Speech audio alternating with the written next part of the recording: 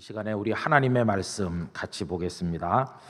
요한일서 3장 17절로 24절 말씀 오늘 같이 보실 말씀인데요. 우리 큰 소리로 한 절씩 교독을 하도록 하겠습니다. 누가 이 세상의 재물을 가지고 형제의 궁핍함을 보고도 도와줄 마음을 닫으면 하나님의 사랑이 어찌 그 속에 거하겠느냐.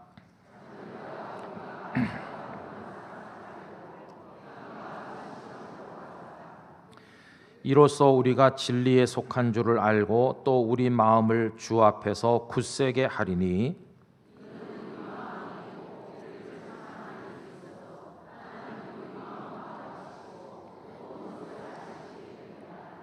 사랑하는 자들아, 만일 우리 마음이 우리를 책망할 것이 없으면 하나님 앞에서 담대함을 얻고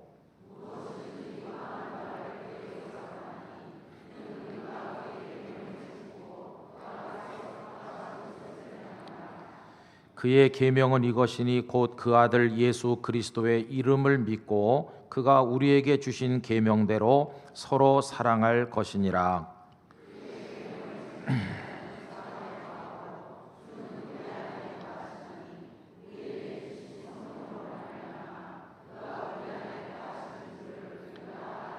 아멘. 오늘은 어떤 책의 일부를 여러분들에게 읽어드리는 것으로 이 말씀을 시작하겠습니다. 당신은 당신이 누구인가를 나에게 이야기하지 않아도 됩니다. 여기는 내 집이 아니라 하나님의 집입니다. 이 집의 문은 들어오는 사람의 이름을 묻지 않습니다. 다만 마음에 아픔이 있는가 하는 것만 묻습니다. 당신이 괴롭고 배고프고 목이 마르다면 당신은 환영받습니다. 내가 당신을 나의 집으로 받아들였다고 생각하면 잘못입니다. 누구나 안식처를 필요로 하는 사람 외에는 그 누구도 주인이 아닙니다. 여기 있는 모든 것은 당신의 것입니다. 무엇 때문에 제가 당신의 이름을 물을 필요가 있겠습니까? 그리고 당신이 말하기 전부터 나는 당신의 또 하나의 이름을 알고 있답니다. 사내는 놀랐다는 듯 눈을 크게 떴다. 정말입니까? 당신께서 저의 이름이 무엇인지 알고 계십니까? 그렇습니다. 당신의 이름은 나의 형제이지요. 자, 이리로 들어오시오. 방금 읽어드린 이 글은 여러분들께서 너무나도 잘 아시는 빅톨 위고의 레미제라블에 나오는 일부 대목입니다. 그 속의 주인공인 장발장은 굶는 조카들이 너무 불쌍해서 빵가게 유리창을 깨고 빵 몇 개를 훔치다가 붙들려 투옥되었습니다. 세상이 너무 불공평하고 너무나 억울한 생각이 들어서 여러 차례 탈옥을 감행하던 끝에 형량이 계속 늘어나서 무려 19년을 수감 생활을 하게 됩니다. 그리고 드디어 가석방이 되었지만 갈 데도 없고 오늘 밤 잘 데도 없고 먹을 것도 없었습니다. 한 벤치에 누워서 자려고 하는 그에게 할머니 한 분이 다가오시더니 이보시오, 여기서 이렇게 자지 말고 저 언덕 위에 있는 저 집에 가서 도와달라고 말해보시오. 이래서 장발장은 그 노파가 가르친 집을 향해 찾아가서 문을 노크하게 됐는데 그 문을 열어준 이는 미리엘이란 이름을 가진 주교 신부였습니다. 그리고 그 장발장을 보고 하는 이야기, 이 신부가 환영하면서 하는 이야기를 아까 제가 여러분들에게 읽어드린 것입니다. 이 미리엘 신부는 그의 신분을 다 알고 있었음에도 불구하고 기꺼이 영접해주고 빵을 주고 잠자리를 제공했습니다. 그런데 여러분, 그 다음에 어떤 일이 있었을까요? 그 다음 이야기는 인간이 얼마나 배은망덕한 악한 존재인가 하는 것과 또 반대로 인간은 얼마나 아름다워질 수 있는가 하는 것을 동시에 보여줍니다. 그 다음 대목을 여러분들에게 이어서 읽어드리려고 하는데요. 이튿날 아침해가 뜰 무렵 주교는 뜰을 거닐고 있었다. 마글루아로 부인이 새파랗게 질린 얼굴로 허둥대며 달려왔다. 주교님, 그 사람이 은그릇을 가지고 달아났어요. 보세요. 여기를 뛰어넘어 달아났나 봐요.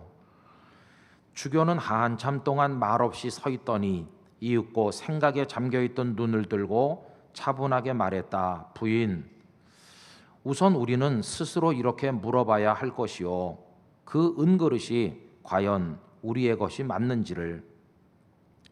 내가 오랫동안 그것을 가지고 있었던 것은 옳지 못한 일이었소. 그건 가난한 사람들의 것이요, 그리고 그 사람은 가난한 사람이 아닙니까? 아침에 깨보니까 은혜를 입었던 이 장발장이 은그릇을 훔쳐가지고 달아나고 없었던 것입니다. 여러분, 얼마나 배은망덕한 악한 일입니까? 그런데 신부는 그를 비난하지 아니하고 말하기를, 그 은그릇이 우리의 것이었는지를 생각해 봐야 된다는 것입니다. 여러분, 사실 여러분들이 집에 지금 가지고 계신 거, 현재 누리고 계신 것들 중에 우리가 이 땅에 태어날 때부터 가지고 온 것은 단 하나도 없지 않습니까? 우리가 내 거라고 말하는 것 중에 본래부터 내 것이었던 것은 아무것도 없습니다. 이 신부는 그것이 가난한 이의 것이라고 말하면서 장발장 그 사람은 가난한 사람이니까 그가 가져가도 하나도 이상할 게 없다는 식으로 이야기를 하는 것입니다. 참 그 말이 귀하고 우리 마음을 뭉클하게 만들어 줍니다. 그런데 그 감동의 이야기는 거기서 끝이 아니죠. 조금 있더니 왁자지껄하는 소리가 들리면서 헌병들이 이 장발장을 끌고 나타났습니다. 하는 말이, 신부님, 우리가 이놈이 수상해서 검문을 했더니 그 보퉁이 속에서 은그릇이 나왔는데, 이놈 하는 말이 신부님께서 직접 주셨다고 합니다. 그 말이 맞습니까? 신부는 헌병들에게 대답하는 대신 장발장에게로 다가가서 대뜸 이렇게 말합니다. 이보게, 자네 왜 은그릇만 가지고 갔나? 내가 저 은촛대도 가져가라고 줬는데 저거 팔면 순은이기 때문에 200프랑 이상은 받을 수 있네. 자, 보퉁이를 열게 하더니 은촛대까지 그 안에다가 넣어 주었다는 것입니다. 여러분이 레미제라블이라고 하는 장편 소설을 불후의 명작이 되게 하는 힘은 어디서 흘러나오는가? 바로 이 미리엘 신부의 이야기로부터 흘러나온다고 말할 수 있습니다. 이 신부는 그 작품에 생명력이 가득하게 만들어주고 그 다음 열매가 가능하도록 만들어주는 씨앗 같은 존재로 거기 등장하고 있습니다. 많은 학자들은 빅톨 위고가 이 작품을 썼을 때 작품 속의 미리엘 신부는 그 시대에 살고 있던 어떤 실존 인물이었을 것으로 생각을 하기도 합니다. 여러분, 그가 감동을 주는 이유가 뭘까요? 그가 사랑에 대해서 설교를 했기 때문일까? 아니면은 아름다운 사랑에 관한 시를 읊었기 때문일까? 여러분, 아무것도 아니죠. 그가 우리에게 감동을 주는 이유는 그 구체적인 상황에서 실제로 사랑을 베푸는 실천을 했기 때문입니다. 이 미리엘 신부가 베푼 사랑을 두 가지로 얘기할 수 있는데, 하나는요, 용서하는 사랑이라고 하겠습니다. 배은망덕하게 은그릇을 훔쳐간 그 나쁜 사람을 용서해서 이 그릇을 내가 주었다고 말함으로써 헌병들의 손에서 풀려나게 하는 용서. 두 번째로는 그에게 베푸는 사랑을 행했습니다. 빵을 주고 잠자리를 주고 은그릇까지 준 걸로 하고 은촛대까지 보퉁이 속에 넣어주는 이 베푸는 사랑, 이것이 미리엘 신부가 행한 사랑이라고 할 수 있습니다. 여러분, 지난주일부터 했던 이야기를 정돈해 보면 이렇습니다. 장래에 예수님과 같이 될 거라는 소망을 가진 사람은 자신을 깨끗하게 지킨다고 그랬습니다. 자신을 깨끗하게 지키려면 죄를 지으면 안 됩니다. 그런데 짓지 말아야 될 모든 죄 중에 가장 심각한 것은 사랑하지 않는 죄라고 했습니다. 근데 이 사랑하지 않는 죄는 그 뿌리가 얼마나 깊은지 인류가 저지른 최초의 죄인 선과 악의 열매를, 선악을 알게 하는 나무 열매를 따먹는 거기까지 거슬러 올라간다고 하지 않았습니까? 그래서 사랑하지 않는 죄는 가장 오래된 죄라고 할 수 있고, 뒤집어서 말하면 사랑하라 하는 계명은 우리 인류가 배운 가장 오래된 계명이라고도 할 수 있습니다. 우리가 지난 주일 거기까지 이야기를 했죠. 그래서 세상이라는 고속도로가 쫙 펼쳐져 있는데 저나 여러분들이나 인생이라는 자동차를 몰고 고속도로에 진입을 해서 얼마 동안 달리다가 목적지가 가까운 곳에서 고속도로 바깥으로 빠져나가는 사람과 같다는 이야기를 말씀드렸습니다. 그러면서 안전하게 행복한 여행이 되도록 하려면 양보 운전을 해야 되고, 앞에 차, 뒤에 차, 옆에 가는 차와 다투지 말고 배려하고 사랑을 베풀면 나도 행복한 여행을 하고 그 사람도 행복한 여행을 할 수 있다고 하면서 사랑에 관해서 지난 주일날 말씀을 드렸습니다. 이제 오늘 본문으로 넘어오면 이런 질문이 흐르고 있어요. 그러면 사랑을 해야 된다고 할 때 사랑은 어떻게 하는 것인가 하는 게 오늘 본문의 질문입니다. 여러분, 그리고 그에 대한 대답을 한마디로 요약하면 구체적으로 실천하는 사랑을 하라 하는 것이 그 대답입니다. 오늘 읽은 말씀 가운데 17절과 18절을 우리 또박또박 다 같이 읽어보기를 원하는데요. 누가 이 세상의 재물을 가지고 형제의 궁핍함을 보고도 도와줄 마음을 닫으면 하나님의 사랑이 어찌 그 속에 거하겠느냐. 자녀들아, 우리가 말과 혀로만 사랑하지 말고 행함과 진실함으로 하자. 아멘. 어떻게 하자고 했습니까? 말과 혀로 하지 말고 행함과 진실함으로 하자. 그런데 여러분, 이 문장을 한번 가만히 보세요. 제 생각에는요, 혀라는 단어가 없어도 될 것 같아요. 진실함이라는 단어를 빼도 괜찮을 것 같아요. 그 두 단어를 빼면 어떻게 될까요? 말로 하지 말고 행함으로 하자. 이렇게만 간단히 말해도 의미가 우리에게 전달될 수 있는 거 아닙니까?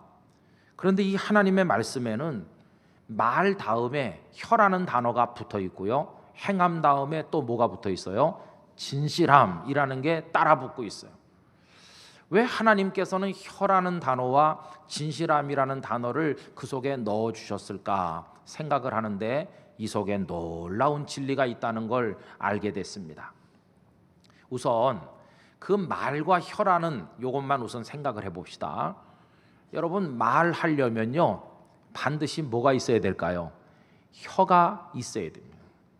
혀가 없는 사람은 말을 못합니다. 이 혀에도 암이 생기는 거 아시죠? 그래서 혀를 절단하는 분이 가끔 있어요. 근데 혀를 절단하고 나면 아무리 용을 써도 말을 못해요. 말이 있으려면 혀가 있어야 되고, 혀가 있어야 말이 되는 것입니다. 말이 말되게 하는 필수 조건이 혀입니다. 여러분, 이 원리를 행함과 진실함이라는 데다가 적용시켜 보세요. 행함이 진정한 행함이 되려고 하면 반드시 있어야 될 게 뭘까요? 진실함이죠. 이 진실함이라고 하는 게 빠지면 아무리 행동을 해도 그거는 쓸데없는 것이 되고 만다 하는 겁니다. 지난 5월 달에 미얀마를 거쳐서 캄보디아에 갔다가 이제 돌아온 얘기를 여러분들에게 말씀드렸는데, 그 캄보디아에 가서 40 조금 넘은 선교사님 한 분을 만났어요. 이기원이라는 선교사님이죠. 근데 그분에게 많은 이야기를 듣는데 당신의 간증을 많이 말씀했어요.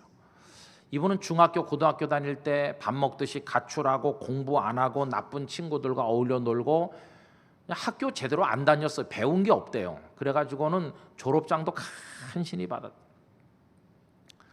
그리고는 본인의 말대로 하면 나쁜 짓이라는 건 안 해본 게 없을 만큼 그냥 세상을 험하게 살았대요. 그러다 어느 날 그 어떤 죄인도, 그 어떤 탕자도 변화시키시는 예수 그리스도를 만나게 됐어요. 그래가지고 새 사람으로 변화된 것이, 지나간 세월이 너무나 하나님 앞에 후회스럽고 이제 남은 삶을 어떻게 살까 생각하던 끝에 남을 도우며 살자. 이래서 그 최일도 목사님의 바퍼 공동체에 들어가서 섬기게 됐어요. 여러분, 최 목사님은 청량리 그 광장에서 그 노숙자들과 불쌍한 사람들에게 밥을 퍼주는 일을 시작하지 않았습니까? 지금은 전 세계 10여 개 국가에서도 하고 있는데 이분이 거기 가서 헌신하게 됐어요. 성실하게 노숙자들과 불쌍한 사람들 이렇게 하니까 그 성실함을 인정을 받아 캄보디아에 파견이 됐고 프놈펜에서 이제 그 사역을 하게 됐어요. 캄보디아 노숙자들, 캄보디아 고아들 이런 사람들이 오면 밥을 나눠주는 거죠. 여러분, 어떻습니까? 이런 사랑이 한국을 떠나 그 먼 캄보디아까지 갔고 그 형편없는 사람들 속에 들어가서 밥을 나눠주고, 야, 정말 그 사랑을 구체적으로 실천한다 이렇게 생각할 수 있잖아요. 존경스러운 거 아닙니까? 그런데 이 선교사님은 가짜였다는 거예요. 그때 자신이 행했던 사랑은 가짜라고 얘기하더라고요. 그리고 왜 그분이 가짜라고 말할까? 이유가 있어요. 그 캄보디아 불쌍한 사람들 이렇게 나눠주면서 그들을 마음으로는 사랑하지 않았대요. 더러운 가난뱅이들이다, 냄새나는 꼬마들이다, 그 줄 서 있는 사람들을 보면서 마음으로 무시도 하고 경멸했다는 것이. 그러니까 겉으로는 밥을 퍼서 나눠주고 미소를 짓지만 속에는요 그들을 향한 경멸 같은 게 있었어요. 그러던 어느 날 사건이 발생했는데 그 캄보디아 폭력배가 칼을 빼들고 이 선교사를 죽이겠다고 확 달려드는데 얼마나 위태로운 순간입니까?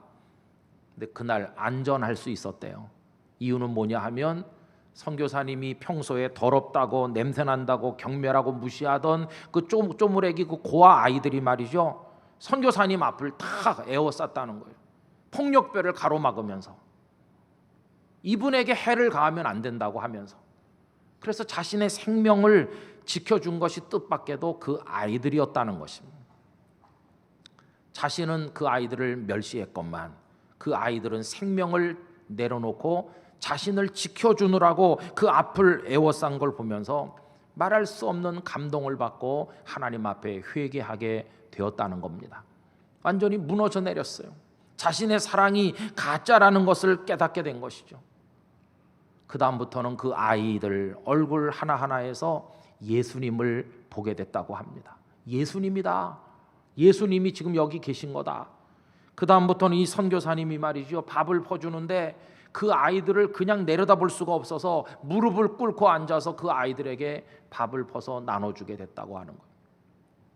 여러분, 오늘 읽은 말씀 가운데 어떤 행동하고 실천하는 사랑이라고 할지라도 그것이 진짜가 되기 위해서는 그 뒤에 달라붙어 있어야 될 필수적인 한 가지, 그게 뭐죠? 진실함이 있어야만 된다는 것입니다. 오늘 우리의 문제는 뭘까 하면 여러분, 저부터가 말만 한다는데 문제가 있어요. 우린 말만 하고 있어요. 그래서 말로 천냥빚도 갚는다는 속담이 있는데 우리 그 속담을 너무 좋아하는 것 같아요. 말이면 다 되는 줄 알아요. 그런데 아닙니다. 그 속담은 네가 천냥빚 정도의 나쁜 일을 하고 미안한 일을 했으면 말이라도 고분고분하게 해야 될 거 아니냐는 뜻이지, 말만 하면 된다는 뜻은 절대로 아닌 것입니다. 말 그 이상의 행동, 다시 말하면 실천하는 사랑을 베풀어야 된다는 걸 알 수 있어요. 실천하는 사랑의 원조는 우리 구주 예수님이십니다. 예수님은 실천하는 사랑을 아주 적나라하게 보여주셨어요.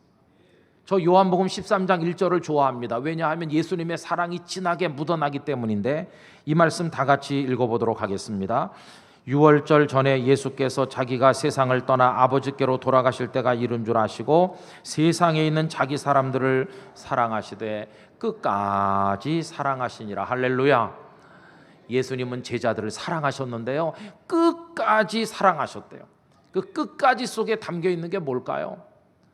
예수님이 이렇게 사랑하신다고 말씀하는 걸로 끝났을까? 아닙니다. 그 다음 절로 보면 예수님의 사랑의 행동이 나오는데 허리에다 수건을 두르시고 팔을 다 걷어붙이고 대야에 물을 떠다가 제자들의 발을 씻기시는 겁니다. 맨발로 먼지가 풀풀 일어나는 땅을 샌들 신고 터벅터벅 다녀 먼지가 오르고 발에 냄새가 나고 제자들의 발이 그런데 예수님 대야에 물을 떠다가 안드레 발 여기다 담거라. 안 돼요 예수님. 아이 담그라니까 이렇게 했을 거 아니에요.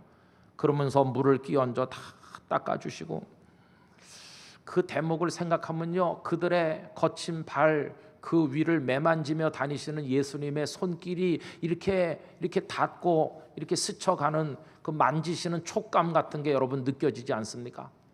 전 그 대목을 읽으면 누군가의 손이 저의 발을 만지는 것처럼 느껴집니다.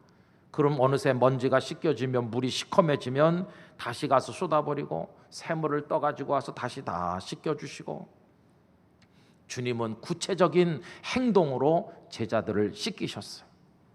근데 아세요? 제자들을 씻기시는 예수님은 저도 여러분도 씻겨주시고 계심을 여러분 아십니까? 어떻게 씻기시는가?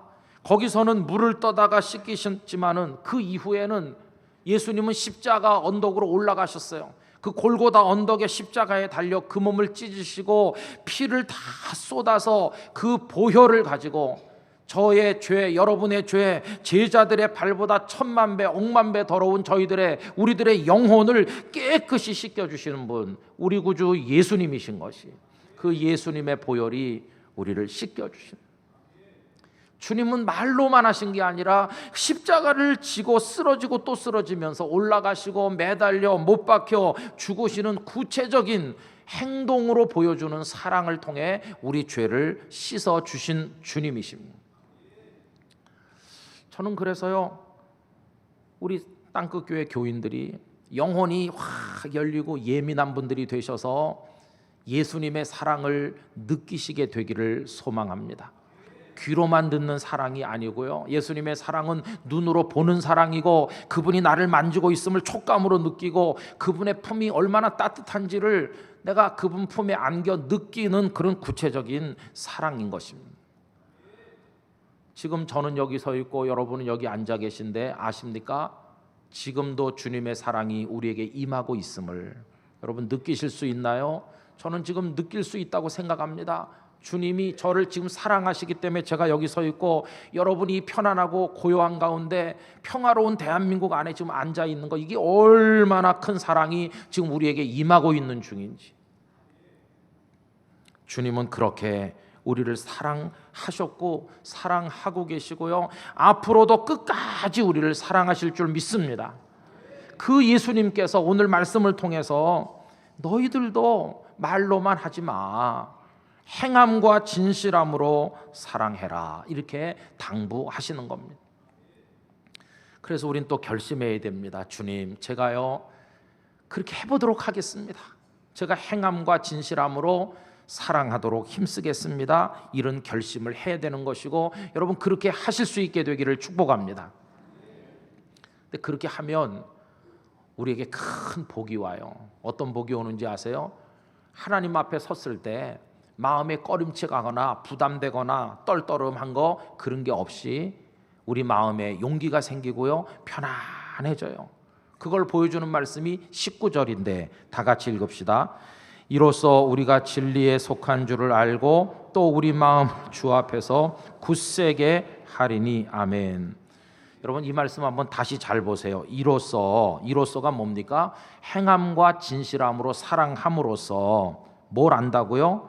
아, 내가 진리에 속했구나 하는 걸 안대요. 진리는 예수님을 상징하는 건데, 내가 행함과 진실함으로 사랑하면 그게 증거입니다. 무엇의 증거? 내가 예수님의 사람이라는 증거가 되는 거예요. 근데 내가 행하지도 않고 마음에 진실도 없이 못된 인간성을 가지고 살면 그게 무엇의 증거일까요? 넌 아직도 예수님의 사람이 아니다 하는 증거라는 것이. 행함과 진실함으로 하면 진리에 속한 줄을 알게 되고, 그 다음 얘기가 참 아름다운 겁니다. 또 우리 마음을 주 앞에서 어떻게 된다고요? 굳세게 한다고요. 여러분 마음을 굳세게 한다는 게 조금 이렇게 확 정확히 느껴지지 않는데, 제가 현대인의 성경으로 그 대목을 읽어드리겠습니다.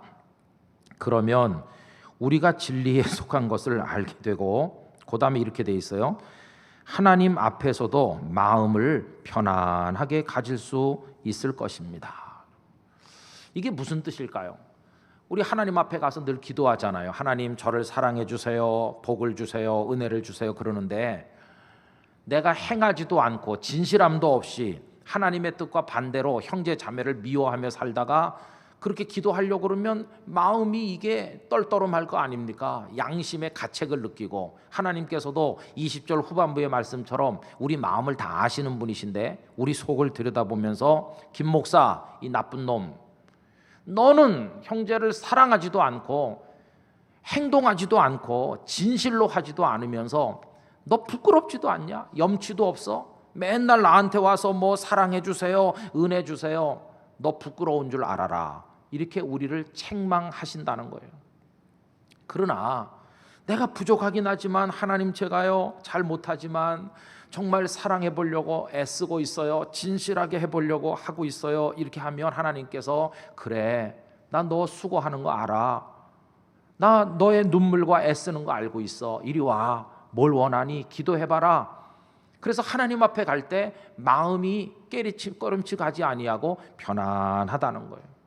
여러분, 하나님과 여러분 사이의 관계가 편안하시기를 바랍니다. 하나님 앞에 꺼림칙하지 않게 나오시게 되기를 바랍니다. 그렇게 그런 마음으로 편안한 채로 기도를 하면 어떻게 될까요? 그 기도가 응답된다고 말씀하는 거예요.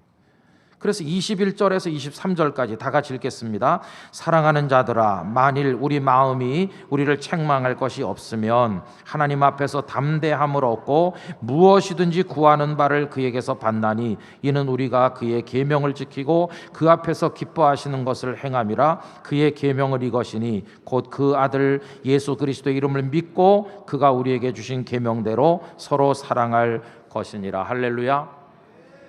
너 사랑한다고 애쓰는구나. 너 참 기특해. 내가 너에게 뭘 해주면 좋겠어? 그때 우리가, 하나님 저에게 이런 은혜를 주세요. 그래, 내가 넘치도록 주마. 할렐루야. 그때 우리의 구하는 바가 응답이 된다는 거예요. 여러분, 그런 복을 누리게 되시기를 기원합니다. 또 사랑을 행함과 진실함으로 베풀면요, 이렇게 말씀하시는 거예요. 너 나랑 쏙 빼닮았구나. 나도 사랑하기를 원하는데 너 사랑하려고 애쓰는구나. 너랑 나랑 잘 통하는 것 같아. 같이 있으면 행복할 것 같으니 너 이리 와라. 나랑 같이 있자. 이렇게 우리를 가까이 두신다는 거예요. 그 얘기가 24절인데요. 다 같이 읽습니다. 그의 계명을 지키는 자는 주 안에 거하고 주는 그의 안에 거하시나니 우리에게 주신 성령으로 말미암아 그가 우리 안에 거하시는 줄을 우리가 아느니라. 아멘. 주님은 우리 안에 거하시고 우리는 주님 안에 거하는 이런 복을 누리게 된다고 그랬어요. 여러분들이 그 복을 누리시기를 축원합니다. 이제 말씀을 정리해야 되는데, 아까 그 레미제라블 소설로 다시 가봅시다. 이제 헌병들이 돌아가고 장발장만 남았어요. 이 사람 고개를 푹 숙이고 보퉁이를 든 채로 몸둘 바를 모르고 있겠죠. 그런데 신부가 이렇게 말합니다. 장발장, 잊어선 안 됩니다. 당신 결코 잊어버려선 안 돼요. 이 은을 판 돈은 당신이 정직한 인간이 되기 위한 일에, 되는 일에 쓰겠다고 나에게 약속했던 일을. 아무것도 약속한 기억이 없는 장발장은 그저 우두커니 서 있기만 했다. 장발장, 당신은 나의 형제요. 당신은 이제부터 선의 세계에 들어온 겁니다. 나는 당신의 영혼을 샀습니다. 나는 당신의 영혼을 어둠에서 건져내어 하나님께 바칩니다. 신부는 힘을 주어 엄숙하게 말했다. 헌병이 돌아가고 부끄러워서 자기가 저지른 죄 때문에 고개를 숙인 그에게 신부가 다가가서 형제라고, 이 은을 판 돈을 허랑방탕하게 쓰면 안 되고 새 사람이 되는데 사용해야 된다. 나는 당신의 영혼을 이 은 그릇과 촛대로 사가지고 하나님 앞에 바치는 거라고. 이렇게 하면서 끌어안을 때 이 장발장이 사랑 앞에 다 무너져 내리는 거예요. 19년의 원한도 사라졌어요. 이제는 새 사람이 되기로 결심했어요. 그는 벽돌 공장에 취직했습니다. 밑바닥에서부터 성실하게 노력하며 정직하게 살고 사람들에게 베풀고 사랑을 나눠줬습니다. 나중에는 그 무너져가던 벽돌 공장이 회생하면서 사장님이 됐습니다. 많은 돈을 벌어 어려운 사람을 다 도와주었습니다. 본인이 고사하고 또 사양했음에도 사람들에 의해서 그 도시의 시장님으로 추대가 돼서 시장으로 일하게 됐습니다. 여러분, 사랑이 한 사람을 구원하는 것입니다. 법을 잣대로 삼아서 정죄하고 벌을 주는 거 가지고는 사람을 구원할 수 없지만 사랑은 사람을 구원하는 힘이 있습니다. 이 사랑이 가져오는 위대한 구원의 역사가 거기서 끝나지 않습니다. 여러분, 그 작품에 보면 자베르라고 하는 경감이 한 사람 등장하는데, 장발장이 갇혀 있었던 그 교도소의 간수 출신으로 경찰 고위층이 된 사람이죠. 이 사람이 경감으로 부임해 온 곳이 바로 그 도시였어요. 시장님을 처음 만나는 순간 딱 알아봅니다. 아, 이 사람 지금 이름도 바꾸고 시장으로 살고 있지만 예전에 그 감옥에 있던 장발장 그가 틀림없다. 그리고는 집요하게 그를 추적합니다.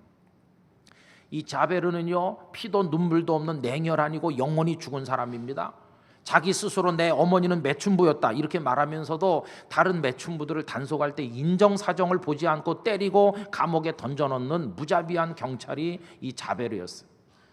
자기 어머니도 매춘부인데 왜 그렇게 독한 법을 집행하나? 그 이유는요, 이 사람은 자기가 하층민 출신인데 법을 잘 집행하면 상류층으로 진입할 수 있다는 어리석은 생각을 하고 있는 거예요.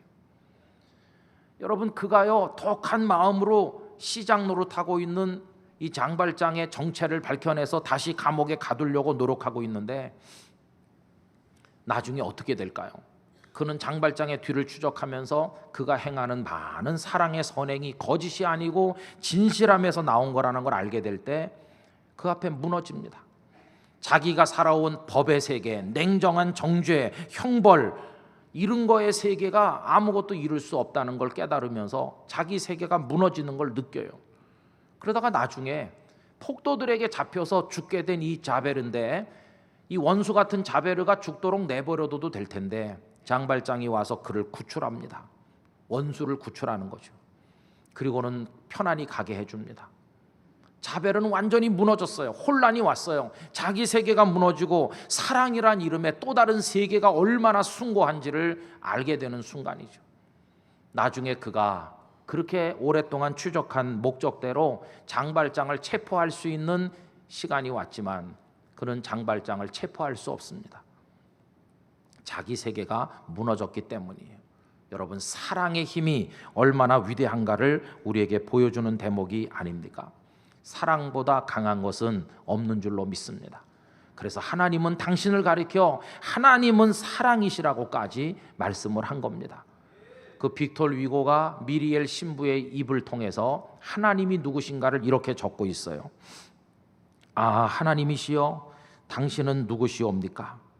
전도서는 당신을 전능이라 부르고 에베소서는 당신을 자유라 일컫고 시편은 당신을 지혜와 진리라 부르고 열왕기서는 당신을 주님이라 부르고 출애굽기는 당신을 섭리라 부르고 레위기는 당신을 거룩한 분이라 부르고 에스라서는 정이라 이름짓고 천지 만물은 당신을 신이라 부르며 인간들은 당신을 아버지라고 부릅니다.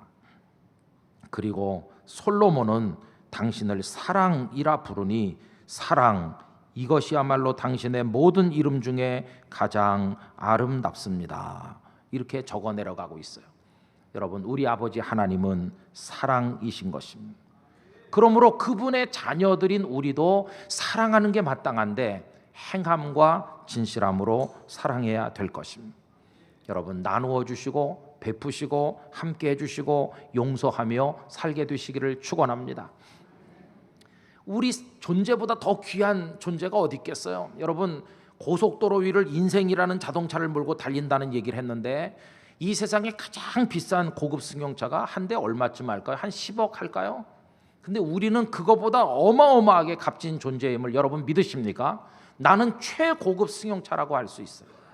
그런데 어처구니 없는 일이 많아요. 왜냐하면 이 최고급 승용차인 나의 인생의 트렁크를 한번 열어보면 잡동사니 쓰레기 같은 게 꽉 차 있고 뒷좌석에도 꽉 차 있고 조수석에도 쓸데없는 물건이 잔뜩 쌓여 있고 나만 운전석만 간단히 비어가지고 짐에 눌린 채로 차를 몰고 달리고 있는 것처럼 우리가 살고 있어요.